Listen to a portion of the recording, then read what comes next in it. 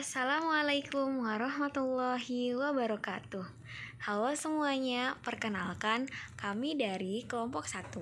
Di sini kami akan mempresentasikan tentang praktikum termodinamika yang berjudul Tetapan Kalorimeter. Oke, sebelumnya saya akan memperkenalkan dulu teman-teman saya.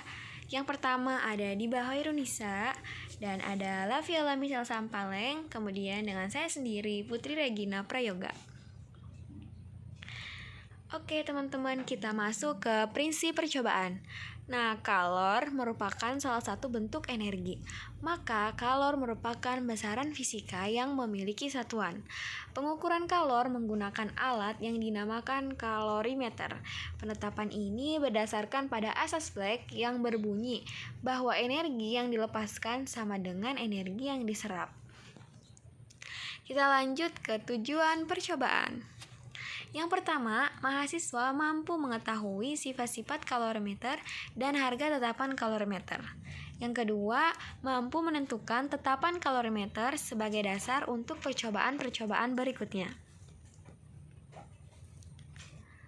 Oke, kita ulas sedikit nih tinjauan pustaka mengenai tetapan kalorimeter.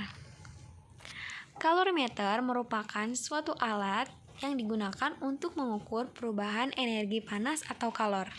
Setiap kalorimeter bersifat khas dan mempunyai kemampuan sendiri-sendiri dalam mengukur panas.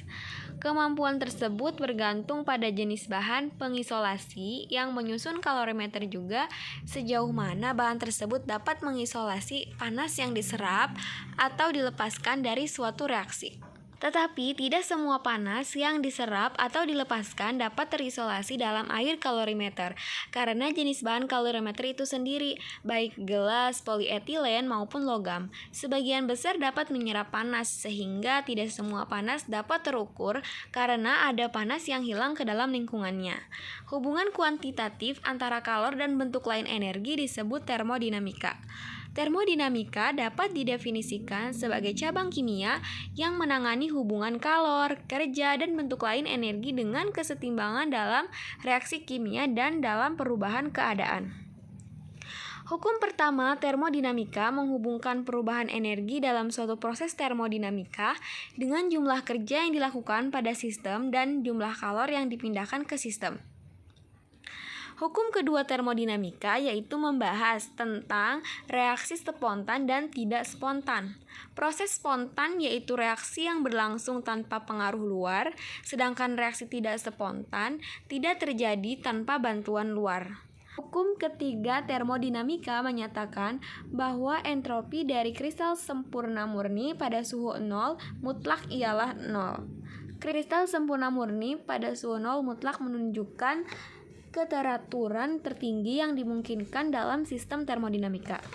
Jika suhu ditingkatkan sedikit di atas 0 derajat Kelvin, entropi meningkat. Entropi mutlak selalu mempunyai nilai positif.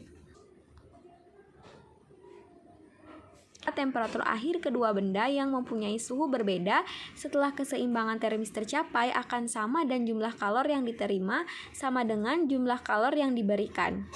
Setiap dua benda atau lebih dengan suhu berbeda dicampurkan, maka benda yang bersuhu lebih tinggi akan melepaskan kalornya. Sedangkan benda yang bersuhu lebih rendah akan menyerap kalor hingga mencapai keseimbangan, yaitu suhunya sama. Pelepasan dan penyerapan kalor ini besarnya harus imbang. Kalor yang dilepaskan sama dengan kalor yang diserap. Hal ini sesuai dengan asas Planck. Apabila dua benda yang suhunya berbeda dan dicampur, maka benda yang lebih panas melepas kalor kepada benda yang lebih dingin sampai suhu keduanya sama. Di sini kita menggunakan rumus Q lepas sama dengan Q terima. Q sama dengan MC kali delta T, dengan Q sama dengan banyaknya kalor yang diperlukan dalam bentuk Joule. M massa suatu zat dalam bentuk kilogram. C kalor jenis zat dalam bentuk Joule per kilogram Celcius. Delta T perubahan suhu dalam derajat Celcius.